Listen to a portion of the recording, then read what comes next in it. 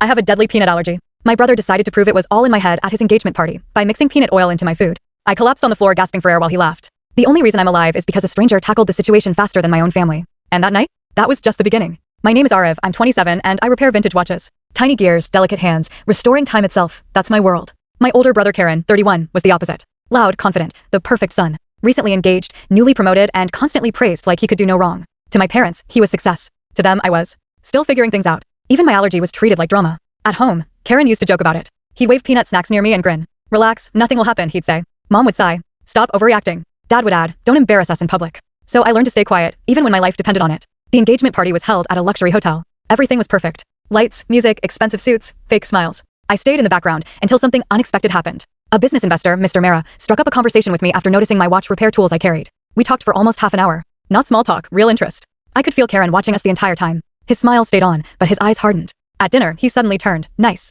Too nice. I made sure they customized your meal, he said, placing a hand on my shoulder. The dish looked normal. Rich gravy, garnished perfectly. For a moment, I thought maybe he had changed. I took one bite. 5 seconds later, my body betrayed me. First, the tingling, then the swelling. My throat tightened like someone was squeezing it shut. I tried to breathe and nothing came. The room spun. My chair toppled as I hit the ground, clutching my neck.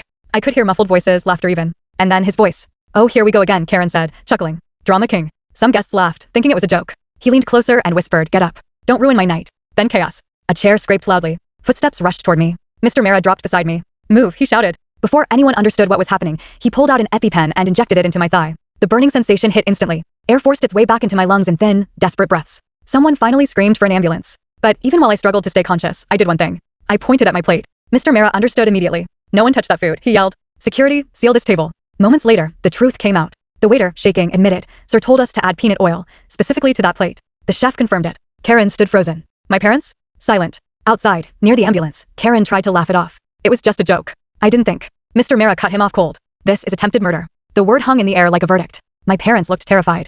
I pulled the oxygen mask slightly down and whispered. Not today. They looked relieved. They thought I was protecting him. They were wrong. From my hospital bed, I made calls. A lawyer. Statements from witnesses. Medical reports. Evidence preserved. No emotions. Just facts. Weeks later, we sat in a quiet mediation room. Karen looked different. Nervous. Pale. Still pretending. I didn't know it would be serious, he said softly. I looked him straight in the eyes. Stop lying. My lawyer laid everything out. Witnesses. Staff testimony. Intent. Then he said calmly. If this goes to court, you're looking at years in prison. Silence. I leaned forward. 1 crore, I said quietly. Or we go to court. Karen's hands shook. My parents broke. In the end, they signed. He lost his job. His reputation. His engagement. Everything he built on arrogance, gone. My parents drained their savings to protect him. And somehow, still blamed me. I took that money and opened my own watch restoration studio. My name on the door. No one to silence me. No one to test me. Funny thing about survival.